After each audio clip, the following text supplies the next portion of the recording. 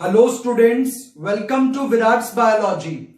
Today we are going to discuss a very important question of 3 to 5 marks range, that is spermatogenesis or formation of sperm. So let's start.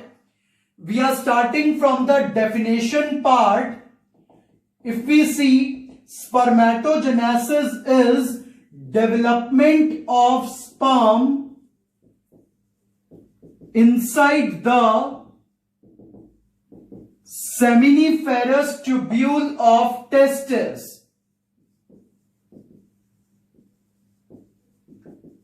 So what is spermatogenesis? It is development of sperm or male gamete inside the seminiferous tubule of testis. So seminiferous tubule of testis is the site of sperm production. तो sperm बनाने की जो actual location है, that is seminiferous tubule of testis. और अगर हम बात करें टाइम ऑफ अकरेंस कि ये प्रोसेस होता कब है, so this process takes place on puberty.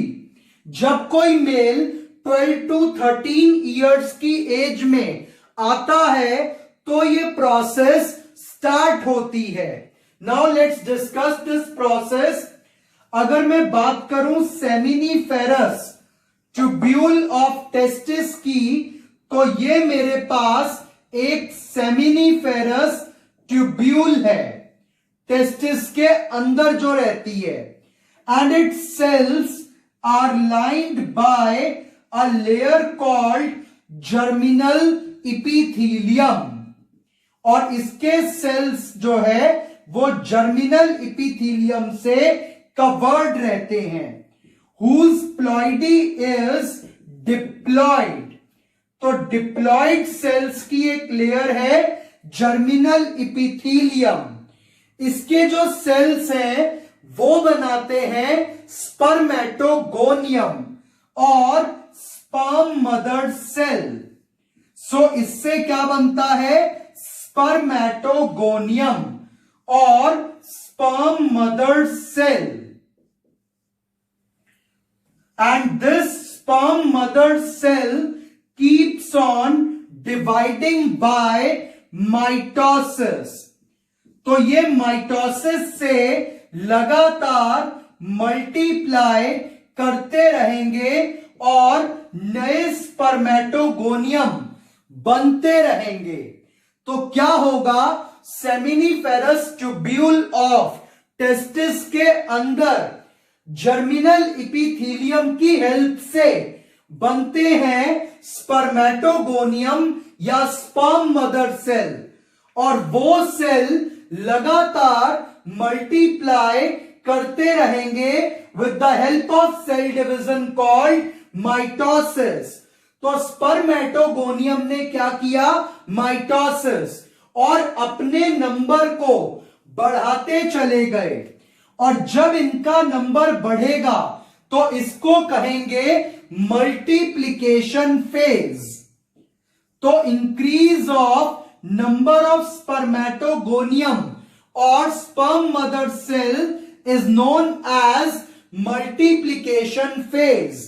और ये जो मल्टीप्लिकेशन फेज है ये चलता रहता है कि यहां पर ये सेल्स लाखों की संख्या में बनते रहेंगे रोजाना. और जब ये सेल्स बनते रहेंगे तो इनमें से कुछ सेल ग्रो करना स्टार्ट करेंगे. तो सपोज करते हैं कि इस सेल ने अपने आप को बड़ा कर लिया. तो जब कोई भी स्पर्मेटोगोनियम या स्पर्म मदर सेल बड़ा हो जाता है तो इसके बड़े होने को कहा जाता है ग्रोथ फेज. तो जब स्पर्म मदर सेल मल्टीप्लाई करते हैं तो मल्टीप्लिकेशन फेज, और जब ये ग्रो कर जाते हैं तो क्या कहलाता है? ग्रोथ फेज, जिसको हम एक और नाम से जानते हैं, स्पर्मेटोसाइटोजेनेसिस। तो दूसरा नाम क्या है इसका? स्पर्मेटोसाइटोजेनेसिस या ग्रोथ फेज। अब ये जो स्पर्मेटोसाइटोजेनेसिस के बाद, ग्रोथ फेज के बाद ये जो सेल तैयार हुआ है, जब कोई स्पर्म मदर सेल बड़ा हो जाता है तो वो कहलाता है प्राइमरी स्पर्मेटोसाइट। और ये प्राइमरी स्पर्मेटोसाइट अब करेगा मियोसिस, और जब ये मियोसिस फर्स्ट करेगा, it will divide into two cells which are haploid in nature.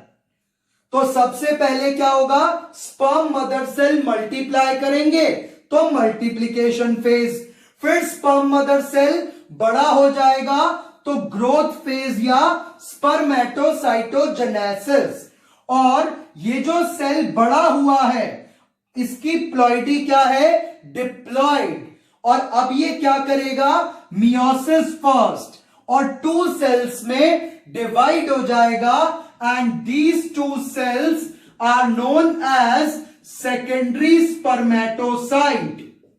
और अब ये सेकेंडरी स्पर्मेटोसाइट करेंगे मियोसिस सेकेंड और कन्वर्ट हो जाएंगे 4 हैप्लॉइड सेल्स में, जिनको हम कहेंगे spermatid, which is an immature sperm. और अब इसी सेमिनिफेरस ट्यूब्यूल के अंदर एक स्पेशलाइज्ड सेल होता है, which is known as Sertoli cell और नर्व सेल। और ये जो सर्टोली सेल है, इसके अंदर ये जो स्पर्मेटिड है, इमेच्योर स्पर्म है, ये अपने हेड को इस तरीके से गड़ा देते हैं। तो जो स्पर्मेटिड था उसने अपने हेड वाले पार्ट को नर्व सेल में गड़ा दिया। अब ये नर्व सेल इसको नरिशमेंट देगा, मॉडिफाई करेगा, और साथ साथ इसके वेट को भी रिड्यूस करेगा और इसको मॉडिफाई करके एक स्पर्म में कन्वर्ट कर देगा। तो किसी भी स्पर्मेटिड के अंदर जो एक्स्ट्रा साइटोप्लाज्म होता है, सेल ऑर्गेनेलीज होते हैं, उनको ये सक कर लेता है।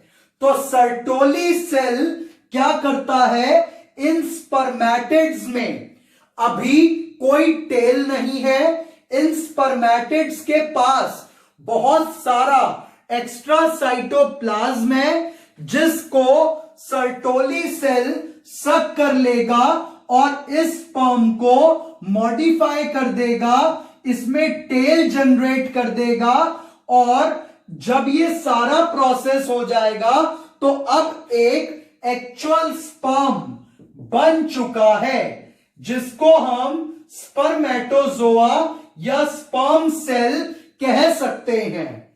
तो क्या होगा? जो स्पर्मेटिड है वो अपने हेड को, सिर को इसमें गड़ा देगा, सर्टोली सेल से नरिशमेंट लेगा, सर्टोली सेल इसको नरिशमेंट देने के बाद इसे मॉडिफाई करेगा। मॉडिफाई कैसे करेगा? इसके एक्स्ट्रा साइटोप्लाज्म को सक कर लेगा, इसमें टेल डेवलपमेंट करवाएगा और साथ साथ इसको मैच्योर बनाएगा, और फिर ये एक स्पर्म तैयार हो गया। तो सबसे पहले स्पर्मेटोगोनिया या स्पर्म मदर सेल ने मल्टीप्लाई करा तो मल्टीप्लिकेशन फेज, फिर ग्रोथ करा तो ग्रोथ फेज या स्पर्मेटोसाइटोजेनेसिस, उसके बाद यहां से लेकर के यहां तक जब तक स्पर्मेटिड बना तो प्राइमरी स्पर्मेटोसाइट से स्पर्मेटिड का बनना कहलाता है मैच्यूरेशन फेज। और एक स्पर्मेटिड का स्पर्म में चेंज होना कहलाता है डिफरेंशिएशन फेज। तो इन टोटल 4 फेजेस होंगे। So with the help of these 4 phases, what will happen? A matured sperm will be produced। और अब ये स्पर्म यहां से निकल के एपिडिडाइमिस नाम की ट्यूब में, जो टेस्टिस के ऊपर रहती है, इस एपिडिडाइमिस के अंदर यहां से निकल के ये स्पर्म इसमें स्टोर हो जाएंगे टेम्परेली। और टेस्टिस से निकल के जब स्पर्म एपिडिडाइमिस के अंदर जाएगा तो उस प्रोसेस को कहा जाएगा स्पर्मिएशन। तो आपके सामने 3 प्रोसेस के नाम आने वाले हैं। यहां प्राइमरी स्पर्मेटोसाइट से या स्पर्मेटोगोनिया से स्पर्मेटिड तक का सफर, और फिर स्पर्मेटिड से स्पर्म तक का सफर, इनके कुछ नाम हैं। जैसे प्राइमरी स्पर्मेटोसाइट से, या बल्कि स्पर्मेटोगोनिया से अगर मैं बात करूं तो स्पर्म बनने तक का जो पूरा प्रोसेस है वो क्या कहलाएगा? स्पर्मेटोजेनेसिस। और अगर मैं बात करूं स्पर्मेटोगोनिया से स्पर्मेटिड का बनना, यानी कि इमैच्योर स्पर्म का बनना, तो वो प्लस साथ में क्या हो जाएगा? इसका स्पर्म में कन्वर्ट होना, तो ये क्या कहलाता है? स्पर्मियोजेनेसिस। तो यहां से यहां तक की जो पूरी प्रोसेस है वो क्या कहलाती है? स्पर्मेटोजेनेसिस। तो स्पर्मेटोजेनेसिस के अंदर ही इंक्लूड हो जाता है स्पर्मियोजेनेसिस। तो स्पर्मेटोगोनिया से पहले स्पर्मेटिड बनता है, इमैच्योर स्पर्म बनता है, और स्पर्मेटिड से स्पर्म का बनना क्या कहलाता है? स्पर्मियोजेनेसिस। और ये जो स्पर्मियोजेनेसिस है, इसके बाद ये स्पर्म एपिडिडाइमिस में जाकर के स्टोर होगा, तो स्पर्म का रिलीज होना क्या कहलाता है? स्पर्मिएशन। तो आपको टोटल 3 डेफिनेशन आएंगी।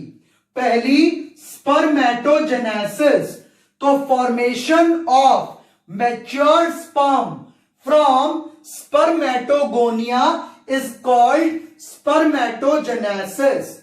अगर पूछें स्पर्मियोजेनेसिस तो क्या कहेंगे? Development of spermatid into sperm is called spermiogenesis. यानी कि एक स्पर्म के मैच्योर होने को क्या कहते हैं? स्पर्मियोजेनेसिस।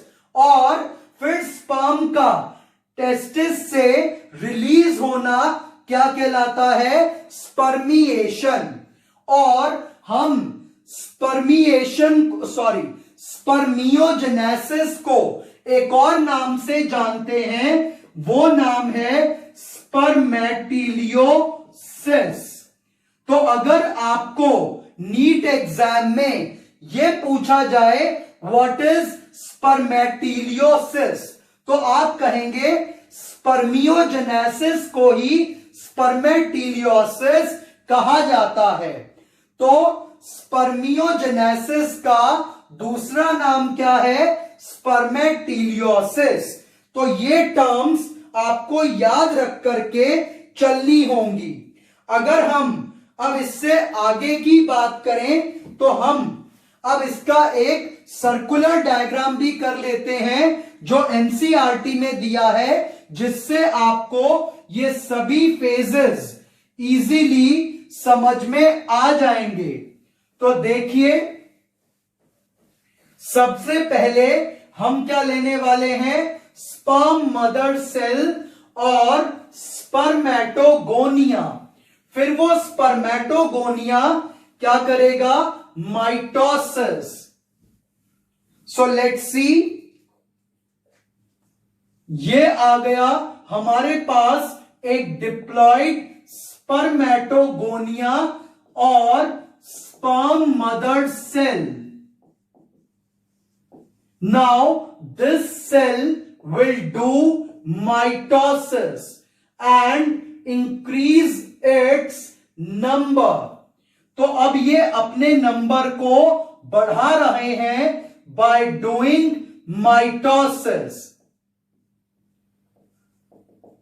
तो इस फेज को जिसमें इनका नंबर 1 से 2, 2 से 4 हुआ, ये फेज क्या कहलाएगा? Multiplication phase. तो आप जब अपने नोट्स लिखेंगे तो उसमें फर्स्ट हेडिंग डालेंगे multiplication phase in which spermatogonia will undergo mitosis and increase their number and it is known as multiplication phase. Now these spermatogonia will increase in size. जब ये sperm mother cell अपने size को बड़ा कर लेगा तो ये कहलाएगा प्राइमरी स्पर्मेटोसाइट और इसके बड़े होने को कहा जाएगा ग्रोथ फेज, जिसको हम स्पर्मेटोसाइटोजेनेसिस भी कह सकते हैं. तो second phase is growth phase in which the sperm mother cell और spermatogonia will increase in size. Now this spermatogonia which has increased in size now called as primary spermatocyte, and it will undergo meiosis first and produce 2 haploid cells. तो इन सब sales की ऊपर वालों की ploidy क्या थी? Diploid. तो ये भी कैसा होगा? डिप्लॉइड. और जब प्राइमरी स्पर्मेटोसाइट ने मियोसिस फर्स्ट किया तो 2 हैप्लॉइड सेल्स बनाए which is known as secondary spermatocyte. This secondary spermatocyte is haploid and primary spermatocyte was diploid.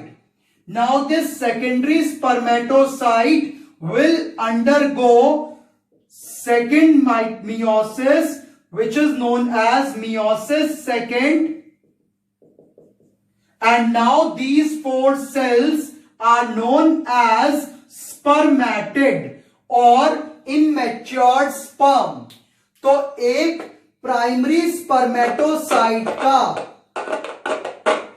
Spermatid में चेंज होना क्या कहलाता है? This phase is known as maturation phase. तो जो पहला फेज था वो कौन सा था हमारे पास? Multiplication phase. Second growth phase. Third maturation phase. और मैच्योरेशन फेज में primary spermatocyte will develop into an immature sperm called spermatid. Now this spermatids will transform into a flagellated structure or tail containing structure, and this is known as spermatozoa or sperm. और इस phase को हम कहेंगे differentiation phase. This is phase 4 और differentiation phase. तो जब आप board exam के अंदर इस क्वेश्चन को करके आएंगे तो सबसे पहले आप डेफिनेशन देंगे, फिर साइट ऑफ स्पर्म प्रोडक्शन देंगे, फिर टाइम ऑफ अकरेंस देंगे. यानी कि इस प्रोसेस का नाम क्या है, ये कहां होती है, ये कब होती है. फिर आप हेडिंग डालेंगे प्रोसेस और उसमें लिखेंगे this process has 4 phases. Number 1 multiplication phase in which spermatogonia or sperm mother cell will undergo mitosis and increase their number. The second phase is growth phase in which sperm mother cell will increase in size and form primary spermatocyte, which is known as growth phase or spermatocytogenesis. फिर third heading maturation phase, जिसमें primary spermatocyte ने meiosis first किया तो secondary spermatocyte बनाया which is haploid. Then secondary spermatocyte will undergo meiosis second and it will produce haploid spermatid. This is maturation phase. Now the fourth heading will be differentiation phase in which spermatid will transform into the sperm.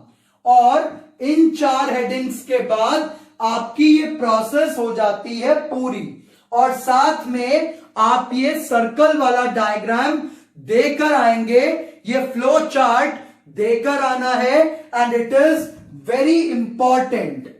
अब इसके साथ साथ इसका जो hormonal control है वो भी हम यहीं पर समझ लेते हैं कि किस तरीके से इसका हार्मोनल कंट्रोल किया जाता है. तो वो भी एक बहुत इजी प्रोसेस है कि स्पर्मेटोजेनेसिस का हार्मोनल कंट्रोल कैसे होगा. तो हाइपोथैलेमस ग्लैंड से which is located in the brain, वहां से निकलेगा एक hormone GnRH, gonadotropin releasing hormone, which will act on pituitary gland और एंटीरियर पिट्यूटरी से, यानी कि पिट्यूटरी ग्लैंड के अगले हिस्से से 2 हार्मोन्स निकलेंगे, LH and FSH. This LH will act on Leydig cell. तो जब मैंने आपको टेस्टिस का स्ट्रक्चर बताया था तो वहां पर आपको Leydig सेल की पोजीशन भी बताई थी कि जैसे ये टेस्टिस है, टेस्टिस के अंदर कंपार्टमेंट्स आते हैं और उन कंपार्टमेंट्स को हम कहते हैं टेस्टिकुलर लोब्यूल. वहां पर होती है सेमिनिफेरस ट्यूब्यूल और 2 सेमिनिफेरस ट्यूब्यूल के बीच में जो ये सेल्स हैं, दीज आर Leydig सेल. तो Leydig सेल पर एक्ट करेगा LH hormone and Leydig cell will produce a hormone called testosterone. And this testosterone is responsible for male secondary sexual characters, plus it also help in spermatogenesis. और ऐसे ही FSH से, तो इसी तरीके से FSH से भी FSH जाकर के एक्ट करेगा सर्टोली सेल पर, जो कि मौजूद होता है यहां सेमिनिफेरस ट्यूब्यूल के अंदर. तो सर्टोली सेल पर एक्ट करेगा FSH, फिर सर्टोली सेल बनाएगा inhibin and certain factors which help in spermatogenesis.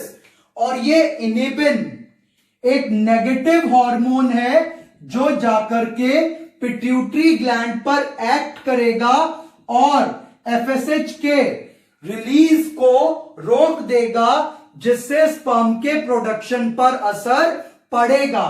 तो ये नेगेटिव फीडबैक देगा. तो सबसे पहले क्या होगा, हाइपोथैलेमस से रिलीज होगा GnRH जो एक्ट करेगा पिट्यूटरी ग्लैंड पर, और ये दोनों ही ग्लैंड मेल के ब्रेन वाले एरिया में है. तो hypothalamus and pituitary gland are located in the brain zone. तो हाइपोथैलेमस से कौन सा हार्मोन निकला? GnRH, जिसने किस पे एक्ट किया? पिट्यूटरी ग्लैंड पर, और पिट्यूटरी ग्लैंड से 2 हार्मोन्स निकले, LH and FSH. LH will act on Leydig cell, luteinizing hormone will act on Leydig cell and it will produce testosterone. This testosterone will help in spermatogenesis and maintenance of secondary sexual character.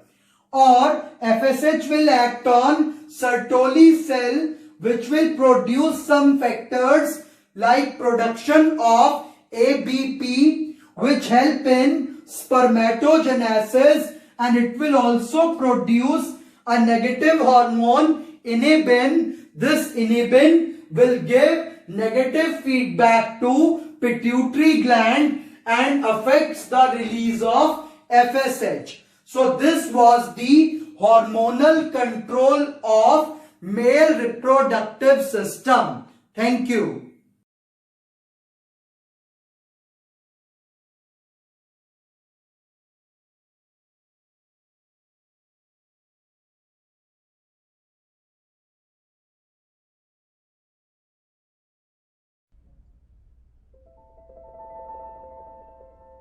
Sperm develop in the seminiferous tubules of the testes.